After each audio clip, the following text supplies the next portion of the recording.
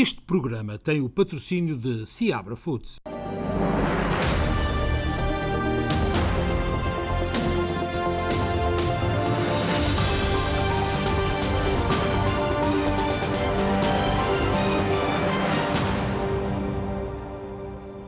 Boa noite, bem-vindos a mais um especial Informação. Como é habitual, a informação diária na SBT e também na rede social, o Facebook. O presidente norte-americano Joe Biden vai visitar a Europa e discutir com os aliados europeus o futuro do conflito russo-ucraniano. O destino é o país que tem mais sofrido com a crise de refugiados, a Polónia. A Casa Branca confirmou que Joe Biden vai visitar a Polónia esta semana durante a sua viagem à Europa. A hipótese já havia sido adiantada pelo governo polaco e está confirmada.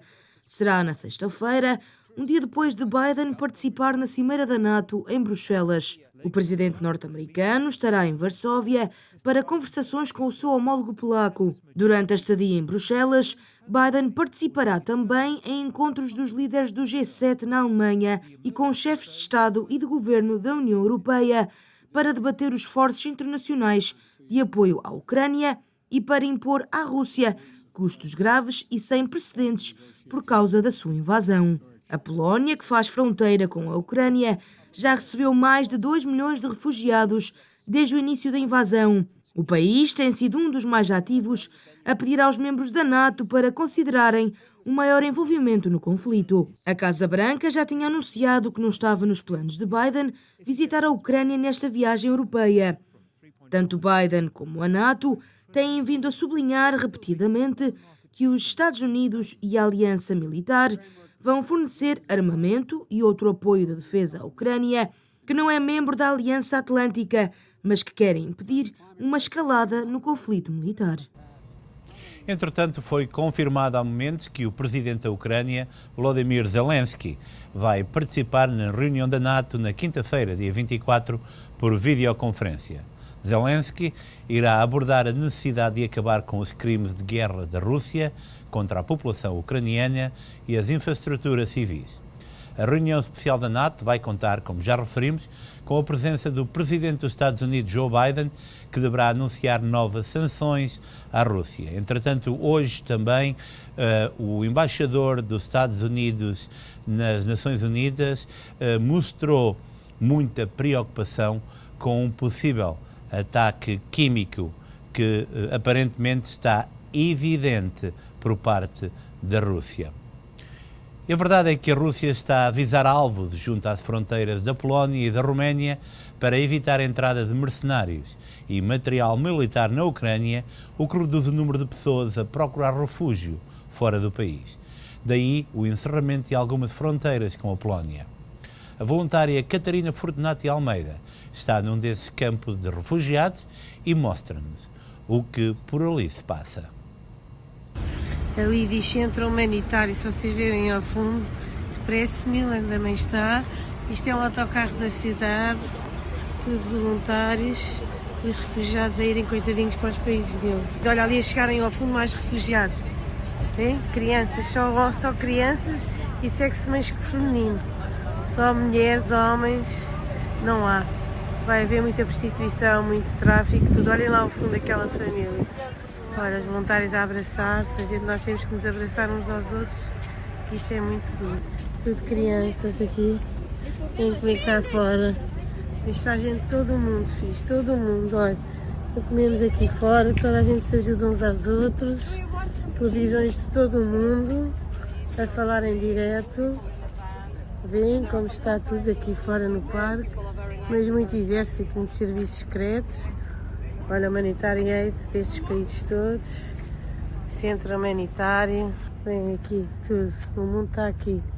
Portugal também está ali, esta é a matrícula. Aqui. Catarina Fortunato de Almeida, a SPT na fronteira com a Polónia. Muitíssimo obrigado, Catarina. E o drama dos refugiados é algo que estará também na agenda do presidente Joe Biden, já que com praticamente 4 milhões de refugiados ucranianos, a situação torna-se deveras complicada para todos, para os países de acolhimento, mas principalmente para esses 4 milhões de pessoas que estão agora, como referiu a Catarina, expostos a tudo o que possa acontecer. O míssil russo atingiu um centro comercial no centro de Kiev e matou pelo menos 8 pessoas. A Rússia disse que o espaço era usado pelo exército ucraniano como depósito de armas. Um míssil russo atingiu um centro comercial no centro de Kiev e matou pelo menos 8 pessoas. As imagens do momento do ataque foram divulgadas pelo Ministério da Defesa da Rússia. O governo russo diz que o exército ucraniano estaria a usar o espaço como depósito de armas. Gostaríamos de chamar a atenção dos médias ocidentais. Apresentamos provas absolutas do uso criminoso pelo regime nacionalista de Kiev de edifícios civis em áreas residenciais, em Kiev e em outras cidades, para posicionamento de sistemas de artilharia e mísseis. O míssil atingiu também prédios e dezenas de carros, além do centro comercial mais recente de Kiev.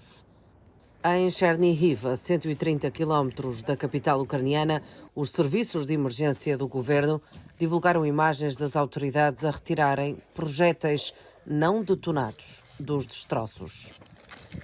Chernihiv, desde que a Rússia iniciou a ofensiva. Imagens que valem mais do que 1000 palavras.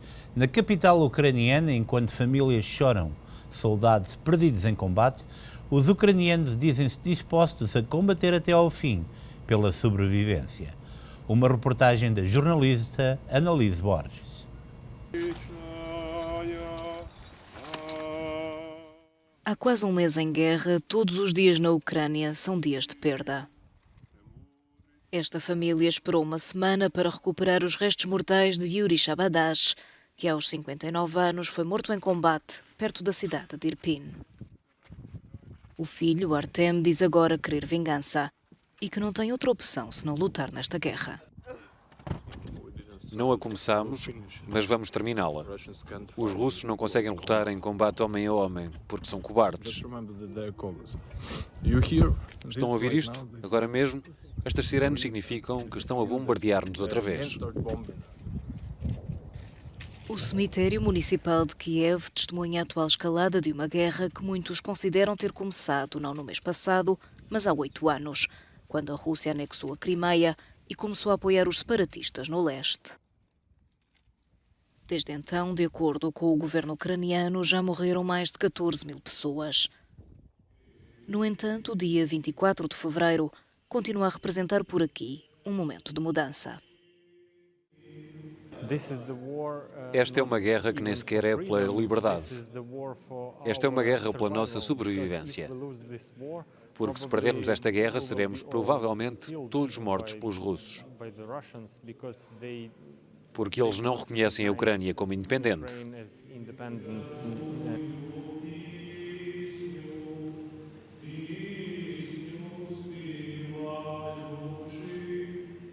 Durante a liturgia, há votos de resistência. Para estes fiéis, a guerra testa todos os dias a força no campo de batalha e das convicções. Sinto que isto tem a ver com a falta de fé, porque se acreditássemos como devemos acreditar, seríamos capazes de esmagar a Rússia, de destruir a Rússia, destruir o Kremlin. Mas agora estamos apenas a resistir no nosso território porque nos falta fé. Somos fracos na fé. Kiev, a capital da Ucrânia, continua a ser, de acordo com os oficiais do Ocidente, o principal objetivo militar da Rússia. Muitos alertam que Moscovo pode vir a cercar a cidade nas próximas semanas e recorrer a táticas ainda mais drásticas para vencer. Os esforços diplomáticos para pôr fim aos combates fizeram até agora poucos progressos, numa guerra onde a fatura humana é cada vez maior. A cidade de Mariupol encontra-se cercada por tropas russas há cerca de 2 semanas. A Ucrânia rejeitou ceder este domingo ao ultimato da Rússia e recusa-se a entregar a cidade portuária no sudeste do país. Mariupol é um ponto estratégico para os interesses de Moscovo. A Ucrânia rejeitou ceder este domingo ao ultimato da Rússia e recusa-se a entregar a cidade portuária de Mariupol no sudoeste do país. A cidade de Mariupol encontra-se cercada por tropas russas há cerca de 2 semanas e a situação é cada vez mais dramática. Na sexta-feira, a Organização das Nações Unidas alertou que as reservas de água e alimentos na região estão a esgotar-se e praticamente nenhuma ajuda humanitária foi autorizada a entrar na área. A população que ainda se mantém na cidade está sob bombardeamentos diários massivos e sobrevive em condições desumanas, sem água, eletricidade ou alimentos. Num comunicado divulgado esta segunda-feira, a organização não-governamental Human Rights Watch revela que as autoridades locais estimam em 3.000 o número de mortos na cidade, que terá 80% dos edifícios destruídos, sendo que estes números não são verificados. A Catarina tem um mapa. Às tropas russas ligar as regiões de Donbass com a península da Crimeia. Também deixaria a Ucrânia naquela tela, não está aqui, no mar de Azov e permitiria à Rússia aumentar a sua ofensiva a partir do sul do país. Através de um corredor terrestre entre o Donbass e a Crimeia, seria mais fácil para a Rússia mover tropas e bens para a península anexada. Agora, a península de Crimeia só está ligada à Rússia através de uma ponte. O Papa Francisco fez hoje uma nova chamada telefónica para o presidente da Ucrânia, Volodymyr Zelensky, que referiu ao Papa que é o convidado mais esperado no seu país. O Papa Francisco conversou com o presidente da Ucrânia, que confidenciou ao Papa o desejo de o ver a visitar o país. Francisco, por sua vez, declarou ao presidente ucraniano que está a rezar e a fazer todo o possível para acabar com a guerra provocada após a invasão da Rússia. Escreveu o embaixador ucraniano na Santa Sé, Andriy Washi, a rede social Twitter. Francisco já havia ligado para o presidente ucraniano em 26 de fevereiro, quando expressou a sua profunda dor pelo que está a acontecer no país. Há poucos dias, o autarca de Kiev também enviou uma carta ao Papa Francisco, convidando-o a visitar a cidade neste momento de guerra, ou, se não for possível, a participar numa videoconferência para enviar uma mensagem para a população.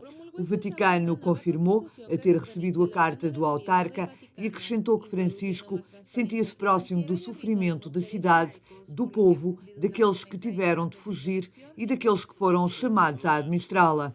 Francisco fez vários apelos para o fim da guerra na Ucrânia, mostrando a sua disposição de fazer tudo para ajudar a encontrar uma solução para o conflito, nomeadamente ao enviar 2 cardeais para mostrar a sua proximidade ao povo ucraniano. Segundo as Nações Unidas, cerca de 13.000 pessoas necessitam de assistência humanitária na Ucrânia. A invasão russa foi condenada pela generalidade da comunidade internacional, que respondeu com o envio de armamento para a Ucrânia e o reforço de sanções económicas e políticas a Moscovo. E vamos agora ao Diário de Guerra com o Luís Pires, com os acontecimentos das últimas 24 horas. Boa noite, Ricky. A Rússia continuou esta manhã e durante o dia de hoje a atacar a cidade de Mariupol numa tentativa de fazer um cerco total à Ucrânia. Também no meio de crescentes alertas de Washington de que o presidente Vladimir Putin, frustrado com o lento progresso do seu exército, poderia recorrer ao lançamento de armas químicas e biológicas na Ucrânia. Com Mariupol aparentemente à beira da queda, o Estado-Maior reconheceu que perdeu o acesso ao mar de Azov temporariamente, porque as forças russas conseguiram apertar o controle em torno de Mariupol. Mas enquanto as forças russas fazem algum progresso no sul do país, ainda que de forma hesitante, elas permanecem praticamente isoladas no norte do país, quase que paralisadas, porque não conseguem avançar. E isso é, de facto, uma grande frustração para Moscovo. Entretanto, esta semana, Bruxelas será o epicentro geopolítico praticamente de todo o mundo, com o presidente Joe Biden a participar na Cimeira da NATO e também a reunir-se com líderes da União Europeia. tenta encontrar-se nestes encontros uma nova estratégia para isolar ainda mais o presidente Putin e a Rússia neste seu avanço na Ucrânia. Também há notícias de um enorme descontentamento dos oligarcas russos em relação a Vladimir Putin. Dizem os oligarcas russos que a situação não pode continuar assim por muito mais tempo, quando se afirma que as forças russas só têm mantimentos, combustível e também condições bélicas para poder continuar apenas por mais 3 dias neste seu avanço sobre Kiev, que vai ser um osso duro de roer. Entretanto, o presidente continua mais isolado e há um enorme descontentamento também em toda a Rússia. Mas nada disto fica por aqui. Hoje o mais importante foi de facto aquilo que a China disse. A China, que se pretendia ser um mediador, deixou de o ser e assumiu uma posição praticamente neutral em todo este conflito. Praticamente quando diz que vai exercer sanções sobre os Estados Unidos. E esta é uma grande preocupação na medida em que os chamados países emergentes, como a Coreia do Sul, a própria China e, digamos, mesmo o Japão, são países que estão a construir, digamos, uma solidez e uma fortaleza económica de grandes dimensões. Portanto, o grande poder está a situar-se no Oriente. A Rússia fragilizada, a NATO e os Estados Unidos e também a União Europeia num contencioso com a Rússia são presa fácil para os chineses que querem continuar até negociar a questão do Taiwan. Portanto, a guerra já não é só Ucrânia. A guerra é também agora uma guerra económica, uma guerra de sanções, uma guerra de palavras, também situada ao Oriente. E isso é uma grande preocupação para todo o bloco ocidental. E é tudo, Ricky. Podes continuar os estudos. Obrigado, Luís, e encerramos aqui o tema do conflito entre a Ucrânia e a Rússia. Vamos agora falar dos Estados Unidos e por que não começarmos com os preços dos combustíveis, que aumentam em praticamente todos os estados, mas na Flórida os combustíveis estão mais baratos. Menos 20 cêntimos o galão era o preço desta manhã e nos próximos dias poderá baixar mais 25 cêntimos, mas nem tudo é garantido. Ultrapassar os $4 o galão, o preço mais elevado desde 2008, o preço da gasolina na Flórida começa a cair. Em comunicado divulgado hoje, o AAA disse que o preço global do petróleo disse que o preço global do petróleo diminuiu drasticamente, fazendo baixar o preço dos combustíveis. Na Flórida, a redução foi em média de 20 cêntimos na última semana e se essa tendência continuar, os condutores poderão ter uma queda adicional de 25 cêntimos nos próximos dias, segundo o AAA. A associação atribuiu o declínio às preocupações de uma nova onda de Covid-19 na China. A possibilidade de novos bloqueios no maior mercado consumidor do mundo gerou incerteza sobre a procura global do petróleo e fez baixar os preços. O porta-voz do AAA alertou, entretanto, que o mercado de petróleo e gás continua altamente instável e não há garantias de que os preços seguirão em queda, afirmando que estamos longe da estabilidade. A retomada das negociações pela paz entre a Rússia e a Ucrânia também influenciaram a mudança. Numa comunicação ao país, o presidente ucraniano Volodymyr Zelensky declarou que as tentativas por um cessar-fogo continuam, apesar de nenhum avanço significativo ter sido relatado entre os dois países. E vamos agora entender como está o preço dos combustíveis em todos os Estados Unidos. A média de preço por galão foi hoje de $4,24 em todo o país, portanto falo de gasolina regular.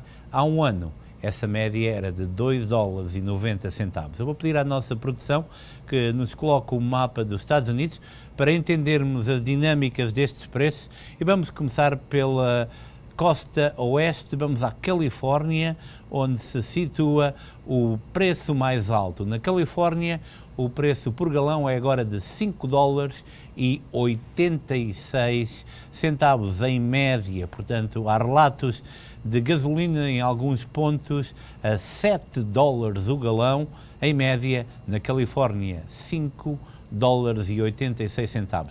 Vamos ver ali a Flórida, portanto, que hoje teve um decréscimo, a média é de $4,14.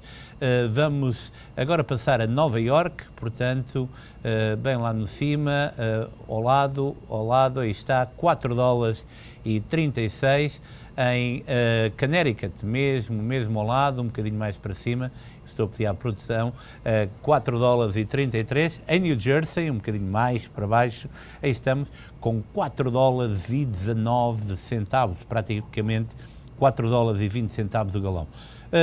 Muito importante, azul escuro, e eu vou pedir à produção que me carregue em qualquer um desses estados. O Texas, por exemplo, temos gasolina a $3,90 em média, Oklahoma $3,78, o Missouri $3,76, temos Iowa $3,86, portanto são os estados com o Wisconsin $3,91, com o preço mais barato. Portanto, como podemos referir e como podemos ver, há uma disparidade enorme nos preços e também um fator muito interessante nas costas. O preço é muito mais elevado. Porquê é que é mais elevado? Porque o consumo também é muito maior devido à demografia, o que não deixa de ser interessante. Mas vamos agora a Portugal.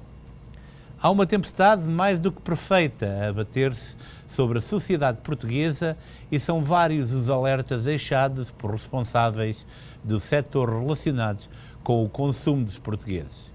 Os alimentos dispararam cerca de 30% e poderá haver racionamento como nos anos 70.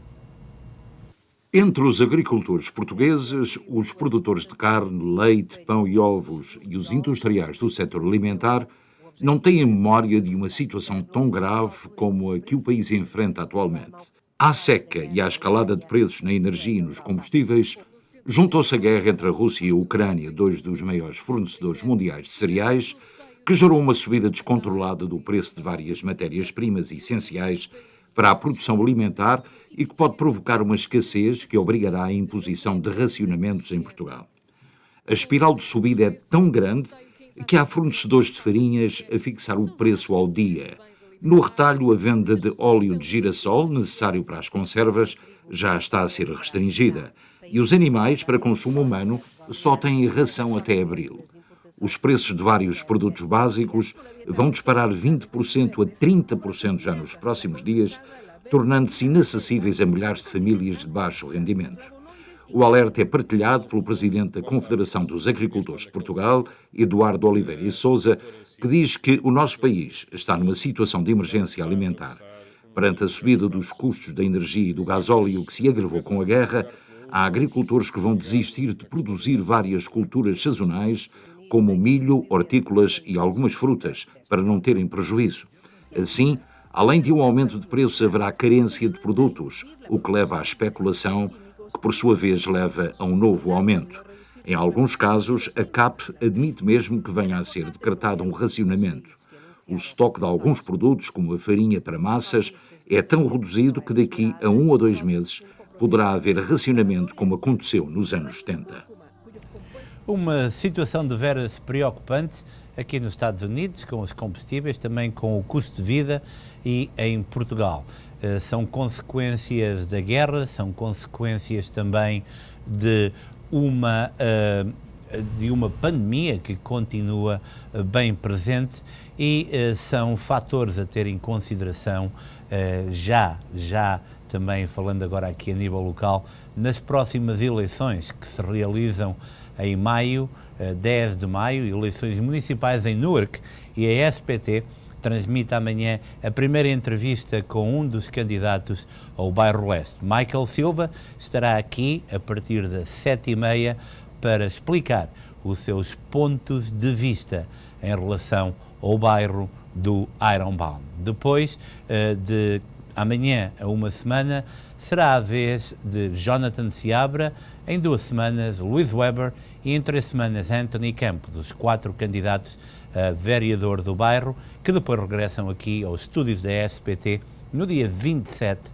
de abril e no dia 4 de maio para um debate a 4 para todos vocês aí em casa, para que possam depois tomar a decisão que acharem mais conveniente e onde, por certo, o custo de vida, o aumento dos preços, os baixos salários são uma realidade aqui no bairro. Vamos agora para o Brasil. Petrópolis revive a tragédia depois do trágico temporal.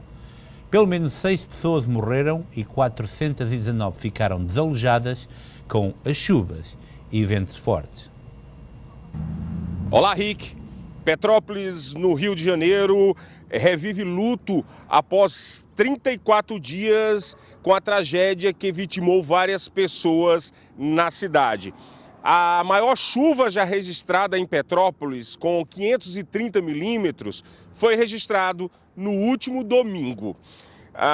O temporal na cidade de Petrópolis, na região serrana do Rio, deixou pelo menos 6 mortos, 4 desaparecidos, segundo relatos e informações da Defesa Civil e do Estado do Rio de Janeiro, juntamente com o Corpo de Bombeiro, que confirmaram esses números até o final desta tarde. A forte chuva teve início na tarde do último domingo, dia 20, 34 dias após o temporal de 15 de fevereiro, que deixou 233 vítimas. Uma outra enxurrada pôs a cidade em luto, dessa vez no início da noite de domingo, no finalzinho da tarde de domingo para o começo da noite, e deixando 6 pessoas mortas e confirmados 4 desaparecidos até agora. Como num filme repetido, Rick, moradores assistiram em pânico às ruas novamente cheias de água, derrubando casas, derrubando muros, tendo que se salvar inclusive das correntezas. Ao menos 289 pessoas desalojadas ainda da tragédia do mês de fevereiro juntaram-se a 839 pessoas que tiveram que ir para abrigos. Não deu tempo nem de terminar a limpeza e muitas das regiões tomadas pela lama eram as mesmas da semana atrás e do mês passado, como o Morro da Oficina no Alto da Serra e a tradicional Rua Teresa, que pelo menos 70 lojas foram afetadas e destruídas.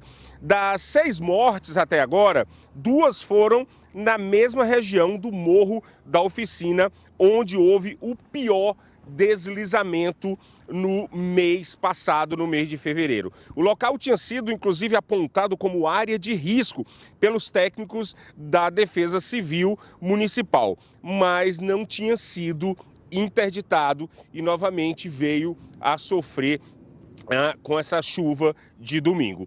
E um outro ponto no bairro de Valparaíso, uma construção de 3 andares desabou, soterrando uma família de 6 pessoas, das quais 2 foram encontradas sem vida na mesma via onde o mês passado 2 ônibus foram engolidos pela cheia do rio Piambaia. Amadeu Maia, de NURC, direto para os estúdios. Obrigado, Amadeu. Mais uma tragédia no Brasil. E do Brasil vamos para a China. Morreram os 132 ocupantes do Boeing 737-800 que se despenhou sobre as montanhas de Guangxi, no sul da China, durante o voo entre Kunming e Cantão. Não há sobreviventes do acidente aéreo nas montanhas do sul da China. O avião, um Boeing 737-800, transportava 132 pessoas, 123 passageiros e 9 membros da tripulação. Operava o voo MU-5735 da companhia China Eastern Airlines, numa viagem de 1.300 km entre Kunming e Cantão. 18 horas após a queda do aparelho, as equipas de socorro ainda não tinham encontrado nenhum corpo. As buscas decorrem numa zona montanhosa de difícil acesso. Foi aberta uma investigação para apurar as causas da tragédia. De acordo com a imprensa chinesa, a companhia decidiu suspender imediatamente todos os voos com Boeing 737-800, mas não deu explicações sobre esta decisão. O Relatório Mundial da Água da Unesco de 2022 reforça que águas subterrâneas não são geridas de forma sustentável. A água é a base da vida na Terra. Encher um copo de água pode parecer um gesto diário banal, mas inacessível a mais de 2,2 mil milhões de pessoas em todo o mundo. A água é a base da vida na Terra. Encher um copo de água pode parecer um gesto diário banal, mas inacessível a mais de 2,2 mil milhões de pessoas em todo o mundo. O Dia Mundial da Água, celebrado nesta terça-feira, 22 de março, salienta a importância da água doce para a vida humana e destaca problemáticas como a seca, a poluição ou a sobreexploração. Este ano, o foco centra-se nas águas subterrâneas. A água subterrânea é fundamental porque é uma das fontes mais fiáveis de água doce. Pelo menos costumava ser assim. Não se sabe quando é que a chuva virá e até a água superficial reage mais diretamente às condições meteorológicas. As águas subterrâneas costumavam estar sempre presentes, por isso é extremamente importante a manutenção dos níveis das águas subterrâneas a um determinado nível. O Relatório Mundial da Água da Unesco de 2022 reforça que as águas subterrâneas, como um recurso vital, não estão a ser utilizadas ou geridas de forma sustentável em todo o mundo. O setor agrícola é o maior consumidor de água do planeta, sendo responsável por 70% do total do consumo, tanto das águas superficiais como das subterrâneas. Água, um bem precioso, muitas vezes não acessível a muitos. Quero lembrar que dentro de momentos na linha aberta teremos connosco Nelson Martins, é um profissional de crédito. Iremos debater assuntos de veras importantes, por isso eu peço desde já a todos os nossos telespectadores que todas as perguntas sejam relacionadas com questões de crédito, tão importante nos dias de hoje. Não tem que dizer o seu nome, pode manter o anonimato, mas todas as perguntas devem ser aí referidas. Vamos agora ao desporto. Portugal vai integrar o pote 1, o das equipas mais fortes, no sorteio do grupo de fase de qualificação para o Campeonato da Europa de Handball de 2024, que será realizado em 31 de março, em Berlim.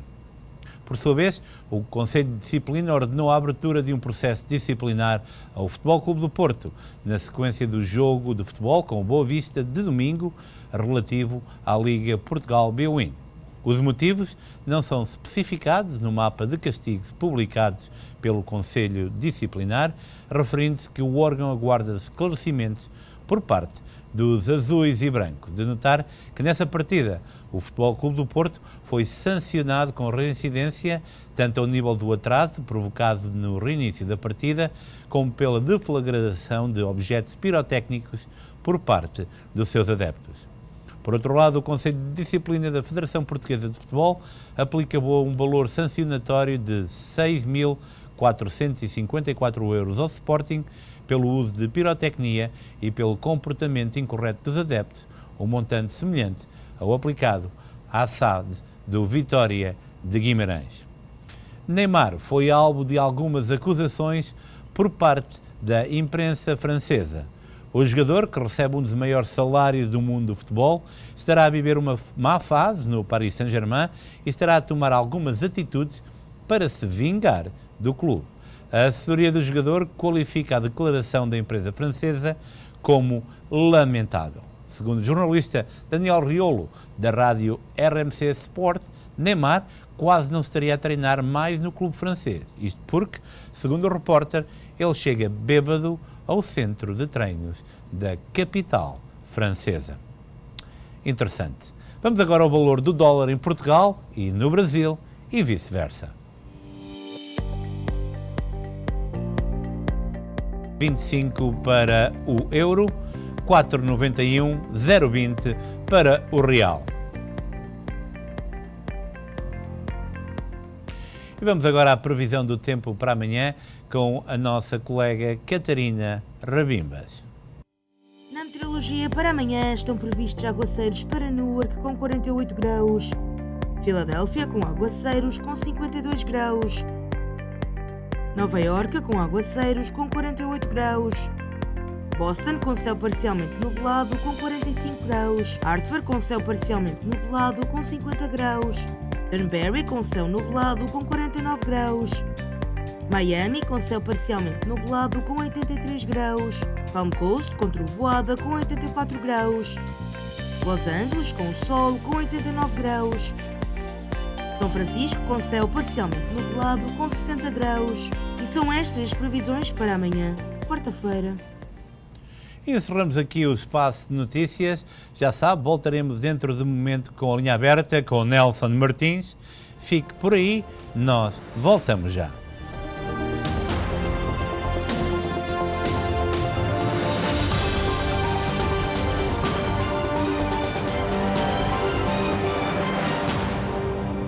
Este programa teve o patrocínio de Seabra Foods. Especiais da semana dos supermercados Seabra Foods New Jersey. Bife da bola Angus pacote familiar 5,99 a libra. Presunto de Parma 15,49 a libra. Fiambre regular 5,99 a libra. Estes são os especiais da semana dos supermercados Seabra Foods New Jersey. Sabe bem pagar tão pouco, mas sabe mesmo. Aos 75 anos, a Maria e o Alfredo mudaram-se para Ironbound, vindos de uma pequena vila em Portugal, chamada Mortosa. Eles eram meus pais e, como filho de imigrantes portugueses, eu aprendi o poder da fé, a importância do trabalho duro e que você é a sua comunidade. Estes princípios têm guiado a minha vida. Durante 18 anos servi as forças policiais desta comunidade e agora estou a candidatar-me ao Conselho Municipal, porque sei o que esta comunidade significa para mim, sei o que significa para si.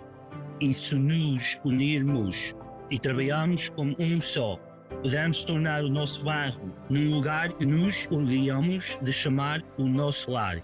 O meu nome é Michael Silva, filho de imigrantes portugueses, filho do Ironbound, e quer ser o seu próximo vereador.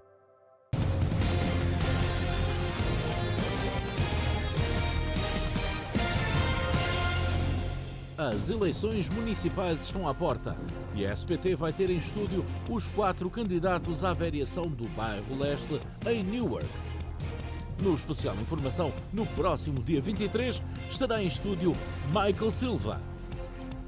Dia 30, Jonathan Seabra. Dia 6 de abril, Lewis Weber. E dia 13 de abril, Anthony Campos. Assista no especial Informação às entrevistas aos 4 candidatos a vereador do bairro Leste, aqui na SPT.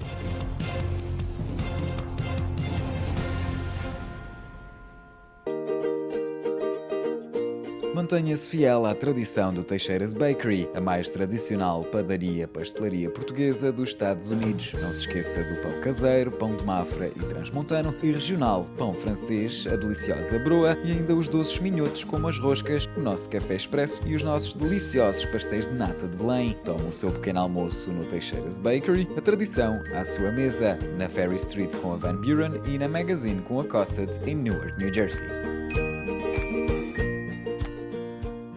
Desde 1975, o Custom Bandag está a facilitar as necessidades de pneus aos seus clientes em New Jersey, Nova York e Connecticut. Ao longo dos anos expandimos para 15 localidades diferentes, oferecendo uma linha de pneus das marcas Bridgestone, Goodyear, Michelin e Continental, a preços competitivos, especializados no processo Bandag de pneus recalchutados. Para encontrar uma das nossas localidades, consulte o website custombandag.com. Na Custom Bandag, we've got you covered. O Dr. Bennett está a servir a nossa comunidade há mais de 30 anos. Serve todos os tipos de serviços da Clínica Geral da Dentista, incluindo implantes desde a parte cirúrgica à parte da restauração. Nós temos a máquina apropriada para fazer as tomografias. Nós oferecemos o tratamento de gengiva à especialidade de periodoncista. A doutora Maria de Laos faz parte da nossa equipa há mais de 4 anos. Alinhamento de dentes, não usando o tradicional de metal. Esta é a equipa do Vomar Dental Center, aqui ao vosso serviço para vos oferecer um sorriso mais bonito.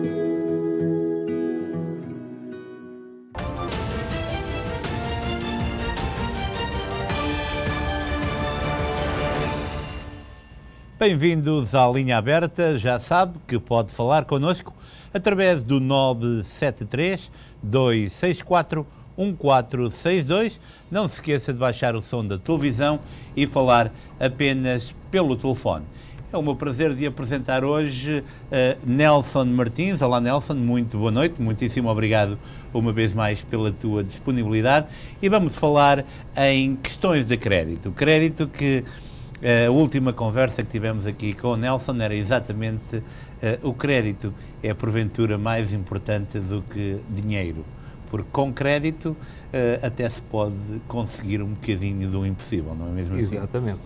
Mas nos últimos dias temos sido bombardeados por notícias de veras importantes, nomeadamente em relação às chamadas faturas médicas, que até agora continuam no reporte de crédito de todas as pessoas, mas segundo dados avançados pelo Governo Federal, isso poderá deixar de ser uma realidade dentro de muito pouco tempo. Não é assim, Nelson?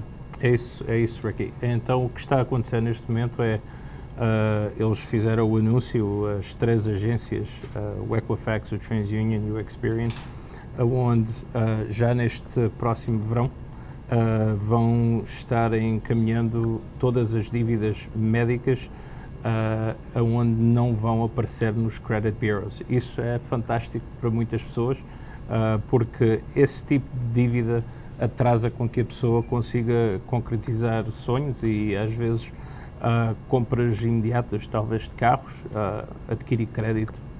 Isso portanto, é de veras importante. Penso que já temos uma chamada em linha.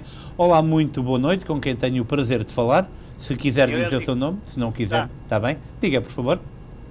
Enrique, como está? Olá, como estás? Hablo espanhol. Sim, não é problema. Eu hablo de tudo um pouco, menos português, está tudo bem. Ok, dímelo. Le pegué una pregunta, señor. Sí, puedes preguntar. Ok, la persona que tiene personal loans, ¿puede irse en bankruptcy?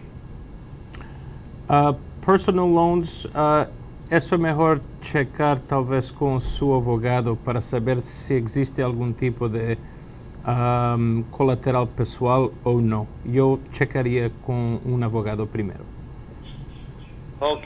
Ok, entendeu a resposta? Sim, senhor, muito obrigado. Muito obrigado. Então, para todos aqueles que têm ou que possam ter alguma dificuldade, portanto, o nosso telespectador perguntou se uma pessoa que fez, portanto, empréstimos pessoais poderia abrir bancarrota sem qualquer problema, e o Nelson, portanto, convém verificar com o advogado, porque poderá haver aquelas small prints que são um problema, não é? Convém. O que é mais recorrente em personal loans? Personal loans normalmente depende de quem é que está a fazer o empréstimo, porque quando são pessoas que já estão no mercado, que fazem esse tipo de empréstimo, normalmente eles não deixam o empréstimo em aberto sem ter algum requisito colateral pessoal. Então é por isso que é muito bom saber antes do que é que está o que é que está antes de ir à bancarrota. Exato. Vamos voltar, portanto, às faturas médicas. Nelson, portanto, a percentagem é enorme de pessoas, de norte-americanos, de residentes legais ou até pessoas ilegais que têm um historial de crédito com faturas médicas. Isso, portanto, poderá abrir novos horizontes. Nesse caso concreto, elas só vão desaparecer ou é necessário contactar um profissional de crédito para que as pessoas tenham a certeza daquilo que estão a fazer? Bom, neste momento, o critério que eles estão a apresentar, e isso são coisas que vão mudando ao longo do tempo, talvez até meados do próximo verão. O que eles anunciaram neste momento é, se são dívidas médicas que já estão pagas, simplesmente o que eles dizem, e faz todo sentido... E desculpa lá, quando refere-se que já estão pagas, são chamados write-offs? Não, nem os write-offs. Simplesmente a pessoa pagou. A pessoa pagou, mas continuou no reporte de crédito. Só que entrou no quadro de collections no reporte do crédito, e isso fazia com que realmente fazia danos à pessoa durante 7 anos. Elas só saíam ao fim de 7 anos. Neste momento, elas simplesmente vão sair de uma vez por toda. Outro critério que eles vão abrir, talvez até meados do verão que vem, é até aquelas que não estão pagas vão sair também. E isso eles ainda estão a trabalhar no número, qual vai ser o número até que fique. Por exemplo, neste momento eles estão a falar em $500. Tudo até $500 não aparecerá no crédito. Isso também é muito bom. Porque segundo aquilo que me explicavas off the record, muitas das dívidas são dívidas pequenas, coisas que ficam, por exemplo, de um laboratório de análise. Exatamente. Eu lembro-me que há uns 4 ou 5 anos eu tive um problema com o Quest, que era $25, Exatamente. e que eu nem sabia que isso existia. Exatamente. Isso é muito comum. Isso é muito comum, especialmente clínicas onde são, por exemplo, a pessoa dirige-se a um hospital e depois eles dão uma referência para uma clínica. A maioria das pessoas às vezes nem sabe que tinha aquele problema no crédito. Alguns debaixo talvez assumindo que o seguro cobria. Então isso são coisinhas tão pequenas, mas que fazem estragos grandes. Onde, um exemplo, Ricky, é a pessoa quer comprar um carro. Automaticamente, quando vai comprar esse carro, que eles vão verificar o crédito, e existe um quadro de collections, o juro automaticamente duplica ou triplica. Correto. Portanto, Nelson, é fundamental, e eu penso aqui que muitas vezes a nossa comunidade, e eu incluo-me nessa lista, nós temos às vezes até algum receio, ou vou expor a minha vida, mas, portanto, contactar um profissional de crédito, ter a certeza que está tudo nos conformes, é meio caminho andado para atingir qualquer objetivo no futuro. É sim, isso é sempre meio caminho andado, porque eu costumo explicar aos nossos clientes que, uma vez que a pessoa sabe o estado onde ela está, fica muito mais fácil de saber onde se apresentar para ir buscar um empréstimo. Correto, e é isso exatamente que eu quero falar, portanto, a percentagem de crédito. Uma pessoa que tem crédito e que muitas vezes diz, eu tenho tanto crédito, mas ou não consegui este ou aquele empréstimo. Qual é, portanto, uma pessoa, eu vou pôr isto em números que talvez seja mais fácil, uma pessoa com $10 mil de crédito em cartões de crédito, um exemplo, deve usar até quê? 20%? Exatamente, esse é o número que seria o ideal. A pessoa não passar dos 20% em qualquer dos seus cartões. Porquê? Porque uma vez que ela passa dos 5%, dos 20% nos seus cartões, automaticamente a agência que lhe dá o score, a numeração, não é? Que é um terceirizado, que é o FICO, Fair Isaac & Company, isso faz com que simplesmente baixe o critério de crédito, ou baixe, não o critério, mas o score. E isso aí, portanto, a percentagem de utilização de crédito também interfere na taxa de juros a pagar, o que é muito interessante, não é? Exato. É bom, eu costumo explicar aos nossos clientes, às vezes até é bom fazer uma consulta, nem que seja 1 a 2 vezes por ano, e a pessoa saber manter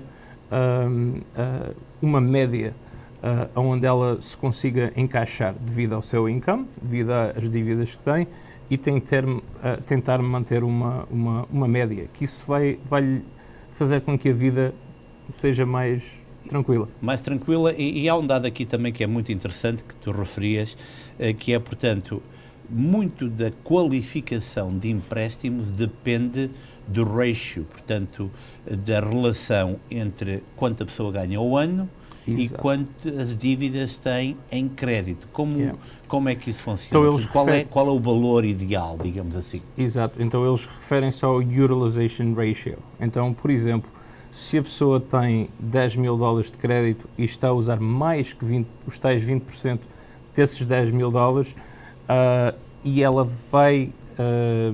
pretende adquirir um empréstimo, talvez possa ser um mortgage, talvez possa ser um crédito para um carro, que são os mais usados, mais comuns. Quando esse ratio está alto, já impede com que os guidelines, às vezes esses guidelines até são eletrónicos, nem é uma pessoa humana a determinar isso, simplesmente por esses números não estarem alinhavados onde precisam, a pessoa já não qualifica para esse crédito. E é interessante porque a forma como se paga um cartão de crédito também é muito essencial. Tem que saber como se paga. Às vezes é preferível pagar bem do que pagar muito, não é? Exato. Muitas vezes, e isto acontece muitas vezes mesmo, onde o cliente às vezes pode pensar que não tenho o dinheiro suficiente para pagar este cartão este mês, mas para o mês que vem já vou pagar tudo. Aí ele acabou às vezes são erros pequenos que fazem um estrago grande, que é esses 30 dias que a pessoa deixou para pagar no próximo mês, eles agora vão refletir no reporte do crédito. Correto. Então, às vezes, é melhor a pessoa fazer um pagamento mínimo, onde não lhe afeta absolutamente nada no crédito, e depois, assim que puder, fazer o pagamento total. Outra pergunta que eu tenho, que eu acho que é bastante interessante, tem a ver com os pedidos de crédito que nós realizamos. Às vezes nós vamos, por exemplo, a uma loja e vemos um casaco tão bonito ou umas botas tão bonitas, mas o orçamento está curto e vamos aplicar. Aplicar muitas vezes também tem um dano muito grande para o crédito pessoal de cada pessoa. Tem. O que acontece é, e isto nós vimos também muito repetidamente, que é, às vezes, até quando temos o nosso ficheiro de crédito está bem completo e pensamos que qualificamos para qualquer coisa e simplesmente fomos a uma coisita mínima e não fomos qualificados. O que acontece é, existem os tais critérios de novo de crédito que, quando eles vão verificar se lhe podem estender mais crédito, eles sempre vão ver qual foi a procura de crédito. Os tais credit inquiries, ou as consultas de crédito, o que faz um enorme, seria um impacto enorme quando elas não estão no número adquirido, que faz falta. Então, o que é que nós podemos sugerir? Se as pessoas acham que o crédito está bom, é uma pergunta muito comum, o meu crédito é bom, e porquê é que não o qualifico para tanto? Aí é bom fazer uma consulta, porque às vezes são coisinhas mínimas que nós podemos ajudar. E, portanto, isso é um dos pontos que, portanto, um profissional de crédito, um educador de crédito, como referimos, pode, analisando, portanto, o reporte de crédito, corrigir praticamente no momento, não é? Portanto, remover um pedido de crédito que está num credit report, quanto tempo é que poderá custar a retirar? Se ficar pelas normas que as agências de crédito impõem, ficaria lá 2 anos. Claro que 2 anos pode ser muito tempo para quem precisa de alguma coisa agora. Então, nós temos métodos onde podemos ajudar o consumidor a tirar isso fora antes do tempo. Outra pergunta relacionada com isso, portanto, eu lembro-me que para construir um crédito, uma pessoa que não tenha crédito, isso pode acontecer com várias pessoas na nossa comunidade. Por exemplo, eu estou-me a lembrar de estudantes que começam agora, portanto, a trabalhar ou a estudar, pode também com recém-chegados, pessoas que acabaram de chegar a este país e que, portanto, estão a tentar construir o crédito. Eu lembro-me que há 20 ou 25 anos, quando cheguei aqui, a primeira coisa que me disseram foi: tenta numa loja um cartão de crédito dessa mesma loja para começares a construir o teu crédito. A verdade é que há patamares de crédito e aqueles chamados de grandes bancos representam também o melhor crédito possível de ter. Estou a falar, passa publicidade, um Chase, um Wells Fargo, são os bancos onde um cartão de crédito representa muito, mas que também não gostam de ver muitos pedidos a outro nível. Isso também tem um impacto a quem aspira a mais altos voos a nível de crédito, não é verdade? Exato. Então, por exemplo, um cartão que seria aqueles que dos bancos considerados Tier 1, ou aqueles que estão no top 10, vamos dizer, por exemplo, Bank of America, um Chase ou um Wells Fargo.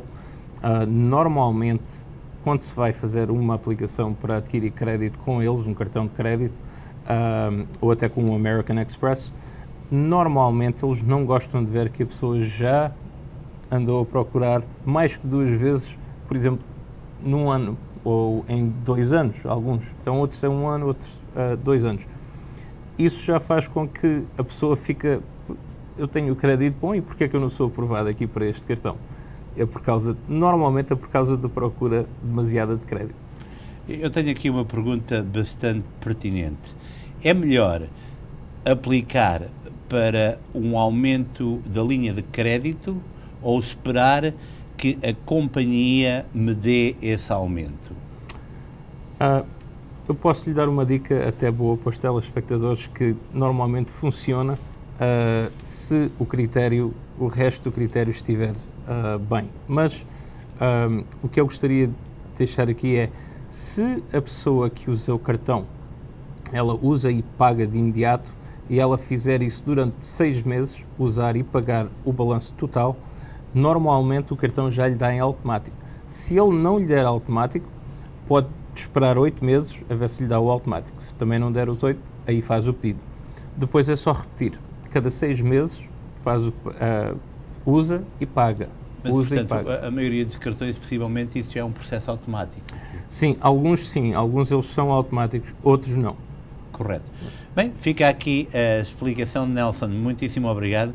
Está aqui um telespectador a dizer que fizemos todas as perguntas, algumas delas foram vocês aí que me mandaram e eu só estava a ler, o que é sempre bom. Vamos a um breve espaço comercial e voltamos já. Costa del Sol, o local perfeito para momentos inesquecíveis. Reserve para os mais diversos eventos, casamentos, batizados, festas sociais. Um espaço repousante e tranquilo. Amplo parque de estacionamento. Profissionalismo e experiência ao serviço dos nossos clientes mais exigentes. Costa del Sol. Bem, já estamos de volta e é sempre um prazer estar aqui com o Nelson. Já sabe, qualquer pergunta que tenha, o Nelson está localizado na nossa área, o 973-634-5483, e eu volto a repetir, 973-634-5483 é o número que pode utilizar para o contactar, e acredito, há várias pessoas das nossas relações que o têm contactado, e estarmos educados em questões de crédito poderá ser meio caminho andado para a realização de tudo aquilo que tem em mente de positivo, porque é de coisas positivas que hoje falamos. Vamos agora aos aniversários e temos 3, não é uma mão, mas são 3, uma mão menos 2. Vamos lá então.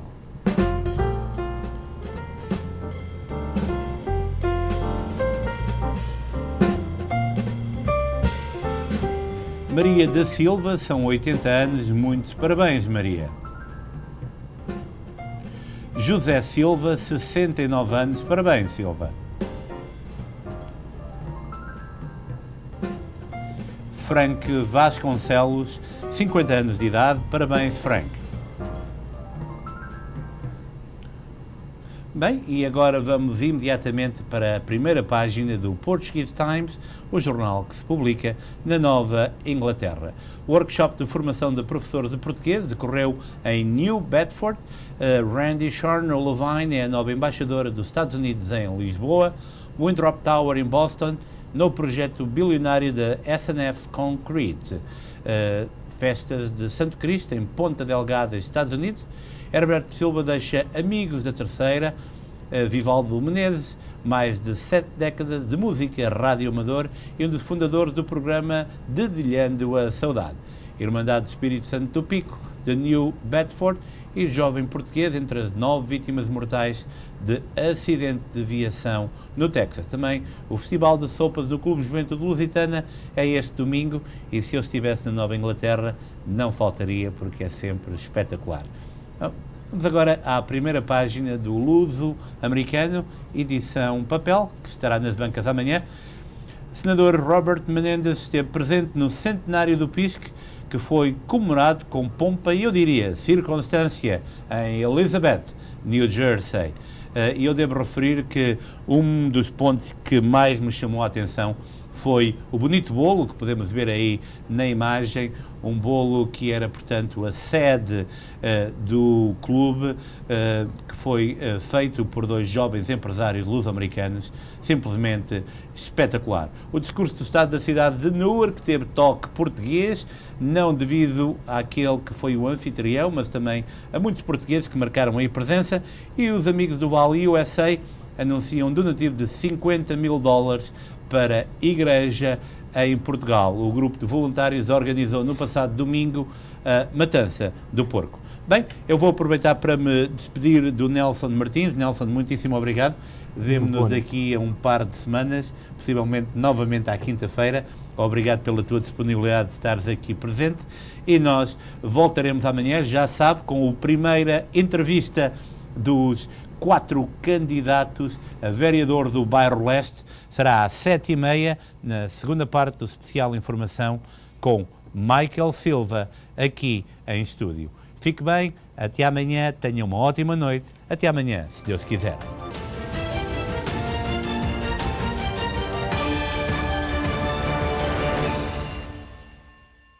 Este programa teve o patrocínio de Seabra Foods.